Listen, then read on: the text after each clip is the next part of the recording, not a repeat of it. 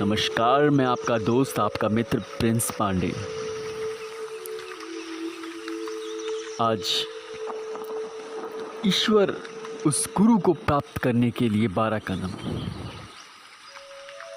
ये आप बहुत गौर से सुनिएगा, क्योंकि ये गुरु को प्राप्ति के लिए 12 कदम हैं, जो एक नॉर्मल जो कहे जाते हैं, लेकिन सबसे अद्वितीय और हमारे मन पे अत्यधिक प्रभाव डालने वाले, यदि हम इनका अनुसरण करें तो। भगवान श्री कृष्ण कहते हैं, हे अर्जुन, तू अपने मन को मुझ में ही स्थिर कर और मुझ में ही अपनी बुद्धि को लगा।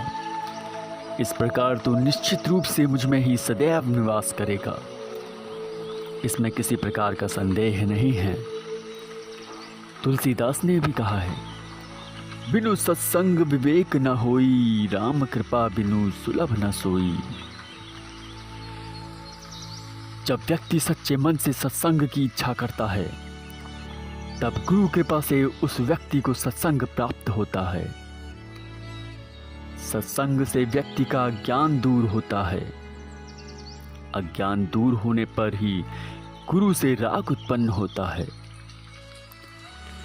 जैसे जैसे गुरु से राग होता है, वैसे वैसे ही संसार से बैराग होने लगता है। जैसे जैसे संसार से बैराग होता है, वैसे वैसे विवेक जागृत होने लगता है। जैसे जैसे विवेक जागृत होता है, वैसे वैसे ही व्यक्ति गुरु के प्रति समर्पित होने लगता है। जब गुरु के प्रति समर्पण होने लगता है, तो ज्ञान प्रकट होने लगता है।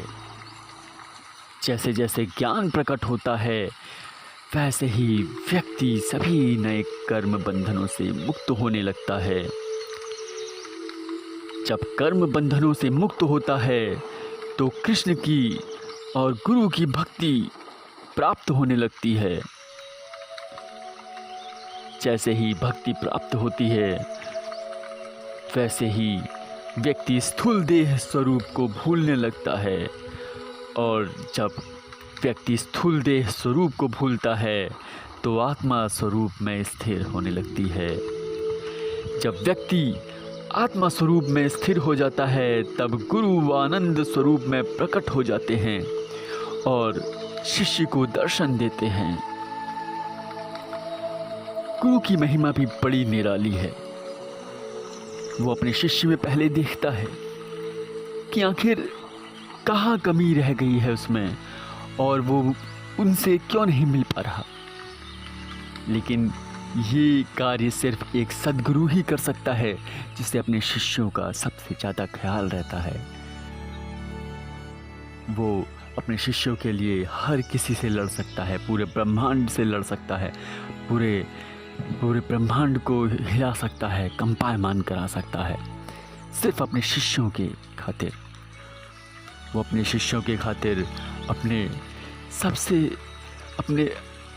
जो वो स्वयं में स्थापित दादा गुरुदेव, उनको भी कह सकता है कि मैं अपने शिष्यों के लिए थोड़े दिन और रह जाऊं। ये सिर्फ एक सद्गुरु कह सकता है, जिसे अत्यधिक प्यार है अपने शिष्यों से। एक संत की यदि प्रकृति देखें, तो वो एक क्षण भी इस धरती पर रहना नहीं चाहेगा। यदि वो सच में संत है, यदि वो सच में सिद्ध पुरुष है, क्योंकि यहाँ पर इतनी प्रवंचनाएं, इतने आलोचनाएं झेलता है इंसान। उस गुरु को इतनी आलोचनाएं, इतनी प्रवंचनाएं झेलनी पड़ती हैं अपने शिष्य की खातिर। लेकिन यदि बहुत कष्ट होता है उस समय गुरु को, जिस समय शिष्य उनकी भावनाओं को नहीं समझ पाता। उन्हें कष्ट होता है कि वो अपने पूरे शरीर को होमे दे रहे हैं अपने शिष्य की खातिर। क्या उन्होंने वो सिद्धियां, वो सब कुछ सिर्फ अपने लिए प्राप्त की हैं? उनका जरूर पिछले जन्म में या किसी जन्म में हमारा उनसे जरूर रिश्ता रहा है, जो वो हमें मार्ग प्रशस्त करने के लिए पथ प्रदर्शक बन के हमारे जीवन में उतरे और फिर जीवन में उतर कर हमारे रूम रूम में उतर गए। आखिर ऐसा क्यों हुआ, ये भी हमें सोचना है। हमें सोचना है और गहराई से सोचना है। हमें उन्हें परेशान नहीं करना। एक बार आंख बंद करो, एक बार आंख बंद करके सिर्फ उनका ध्यान करने लगो। ध्यान करो। ध्यान का मतलब है कि आंखें बंद करके सिर्फ सोचना। हम ऐसे भी तो घूमते रहते हैं, हम ऐसे भी तो एक जगह बैठे रहते हैं और बैठे बैठे कुछ ना कुछ सोचते हैं ना। उसकी जगह पर यदि हम अपने सद्गुरुदेव के लिए थोड़ा सा सोच लें, इससे आत्मिक शक्ति बढ़ती है। वो ईएमएफ जो इलेक्ट्रोमैग्नेटिक फोर्स होता है, आत्मा की शक्ति, वो बढ़ता है।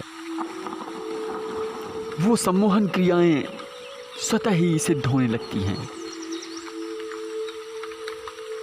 और ये सब सिर्फ गुरु के चिंतन से, गुरु मंत्र से संभव है। और आगे की बातें मैं और वीडियोस लेके आता रहूँगा। यदि आपको मेरी वीडियोस पसंद आए तो प्लीज़ सब्सक्राइब कीजिएगा। बहुत बहुत शुक्रिया, धन्यवाद।